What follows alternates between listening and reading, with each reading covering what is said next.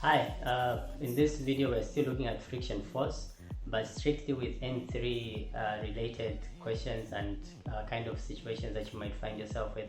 So we're still looking at an object at an incline. An object at an incline, but the applied force is not a direct force. Okay, so for example, we might have a question which says the force that is applied on an object, it also forms its own angle. So we have two angles, the angle of the incline and there is the angle of the force. Okay, so those are some questions that we'll look at. So before we can jump into this, what I just want to remind us of, or just to do a quick recap in order for us to understand this clearly, is that we are now combining two ideas. One idea that we are first dealing with, I will deal with this, an object at a horizontal surface, and the force that is applied is at an incline. So in this kind of situation, the object is having its weight pushing on this surface, but the surface reacts. So in this situation, the normal reaction that the surface reacts with is not equals to the weight. And the reason is this, because the force that is being applied, they might say the force Q or the force P, whatever force it might be. But this force has got two components. It has got the component that is pulling this object upwards. So the surface will not feel the entire weight of this object applying on the surface. So the weight will not be, the total weight will not be going on this surface. So in this case, that's why we're saying the normal reaction is not equals to the weight, but the normal reaction is equals to the difference between the weight and this force, which is acting against that. So what you say is the weight, then the vertical component of this force Q with that angle. So it will be Q opposite, and the hypotenuse, that will be theta.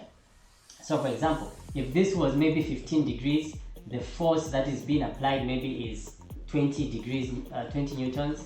The object is 100 newtons going downwards. What you have is 100 minus 20 sine the angle 15 degrees.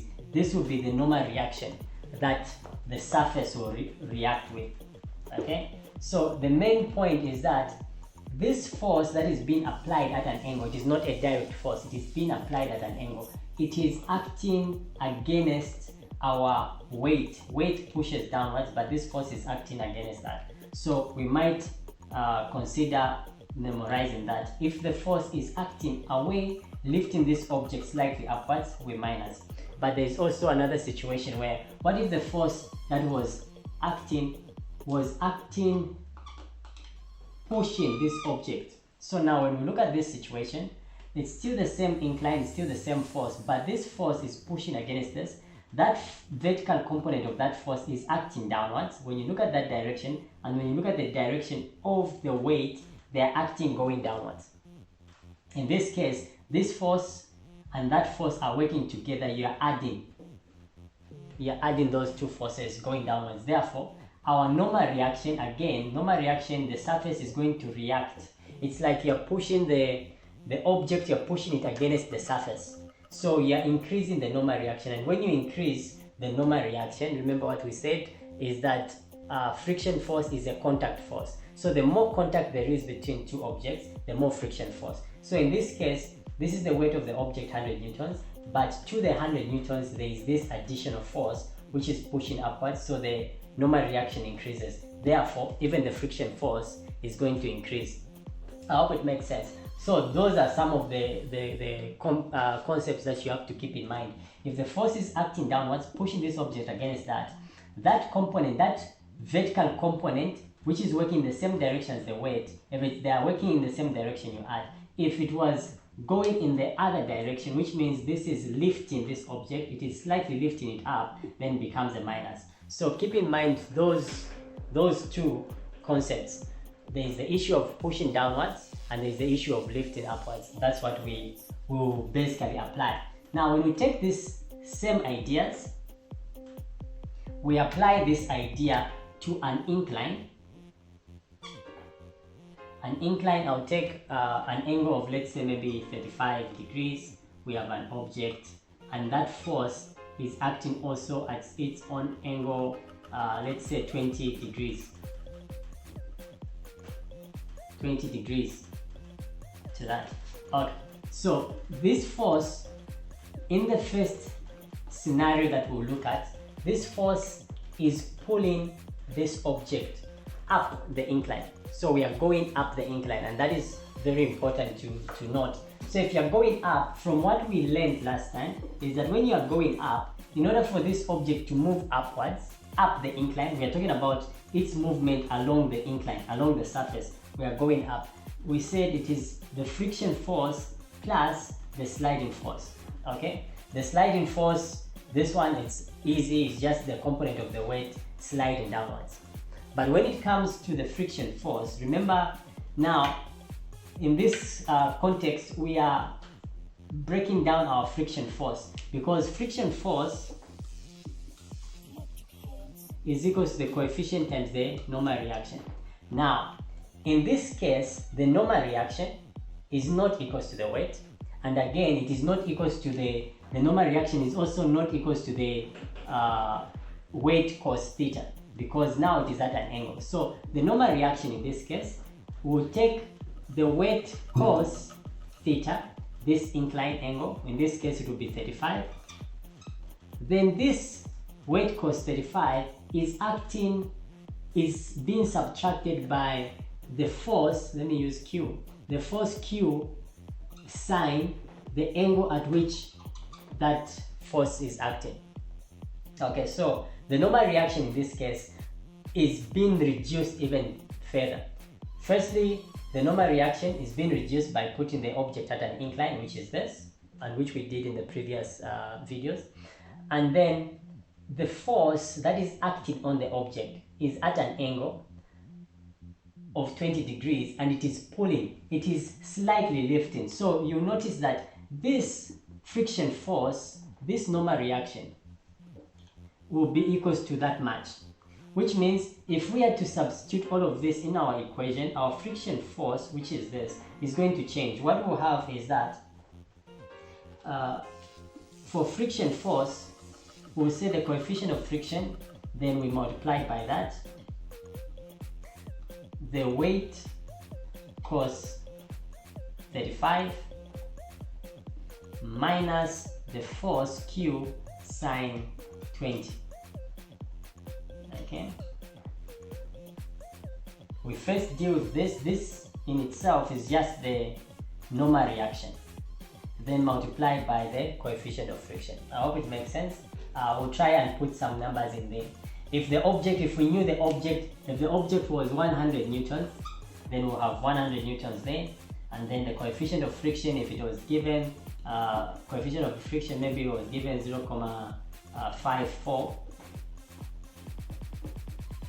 that's what we'll use as the coefficient of friction. I hope it makes sense. So basically what is being affected in this question is mostly the friction force. The sliding force, this plus still remains as plus there. The sliding force, remember sliding force, we said it is the weight sine the incline angle. So it will just be the weight, if it is 100 newtons, we'll put 100 newtons there, sine, but in this case it will be 35. So the sliding force is not affected by that force, whether it is acting in that direction or acting in the upwards direction. I hope it makes sense and you'll find it more easier to understand. Now, the other component that you have to work around, the other component besides the friction force is that force going upwards. This force going upwards, in our previous lesson we said this force will be assumed to be as if it's a direct force.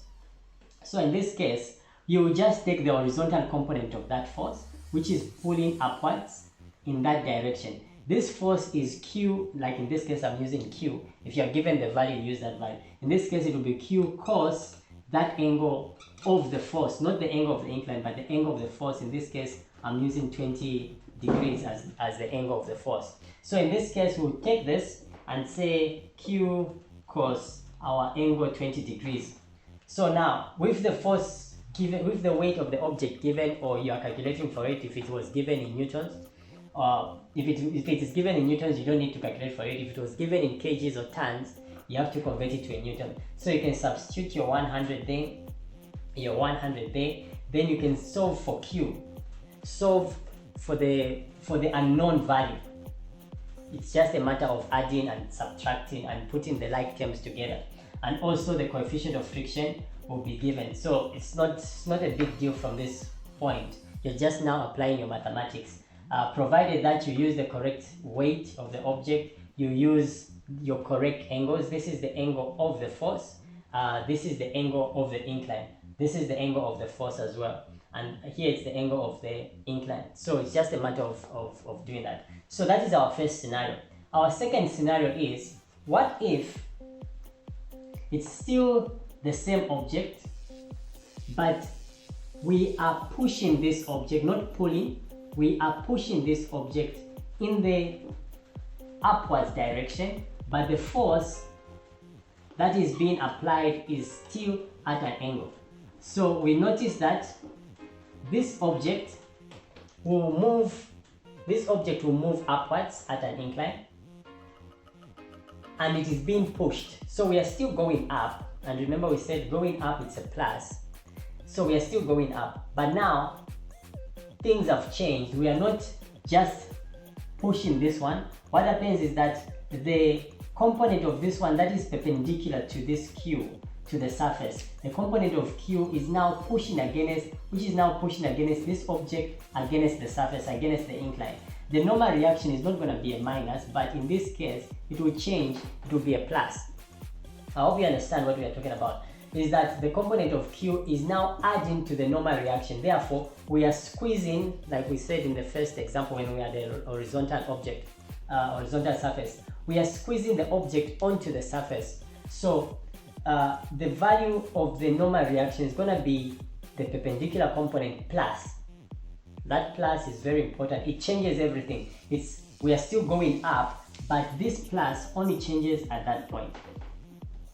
And the value of Q will also change, because now we are pushing upwards. But now if this increases, if the normal reaction increases, then the friction force is going to increase, because you are adding these two values. So friction force will increase, and the force that is needed to push the object upwards will no longer be the same, the value of Q. This Q that you will solve for will be the Q at that angle. Okay, that is situation number 2. Okay, the other situation, so I think we have exhausted the situations of going up. We are pushing the object up or pulling the object upwards, but the force is at an angle.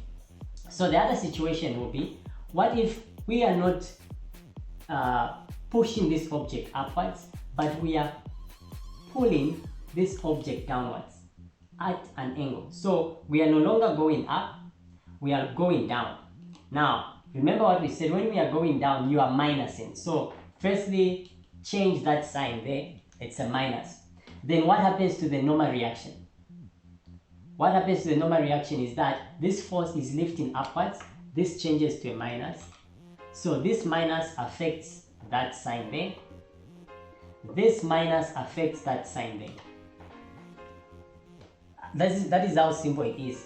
I don't know how best to explain, but that is how simple it is. As long as you understand the first concept that I gave, is that when you are lifting the object from the surface, the normal reaction is reduced by that force that is acting at an angle. So in the same way, all that we applied was the formula for the force going down, friction force minus the sliding force. So this is the friction force minus the sliding force. The sliding force is not affected. So the only thing that we do is, okay, if the normal reaction is being reduced, then that becomes a minus. Okay. Situation number 4, that will be our last example. Let's say the force is pushing the object. The force, the arrow is on that. It is pushing our object, and the object is going down. So we are still going down. This still remains a minus. Okay? Since the object is going down. However, the normal reaction is affected. because the component of Q is acting in that direction, which is adding onto the normal reaction. So what do? Yes, we add onto the normal reaction. That's right, we add onto the normal reaction because the component of Q is pushing this object to the surface. And what does this affect? It affects that sign. This sign is not affected because this sign is for the downwards movement, so this one is not affected, but this is affected. And in each of those cases that I've given you, all the 4 scenarios, pushing the object down, the value of Q will always be different. The value of Q will always be different. So what you're solving for is the value of Q. And remember what we said is that the force that we are applying is causing the object to move at constant velocity. So we won't be worried about acceleration and the object moving at a different velocity. The object will move at a constant velocity throughout all our calculations. So take note of those signs. This sign is only affected by whether you're going up or down. If you're going down, it's a minus. But if you're going up, it's a plus.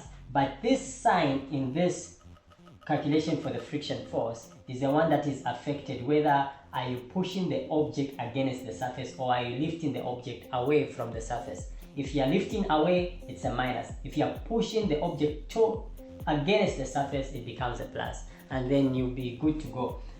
This formula, this long formula that I've written down, unfortunately, they do not give us this. Should we come across a question like this, they do not give us this. They give us something like this. So with this one, you will need just to apply the concept that I've given you. And it all goes back to us understanding that if an object and the force being applied is at an angle, what do? Do we add in this case or do we minus? In this case, we'll minus because the force, you look at the arrow, the force is lifting. But if the force was acting like that, you will add. So it's the same concept that we are bringing, but we are bringing it to an angle. And then you'll be good to go and all shall be fine.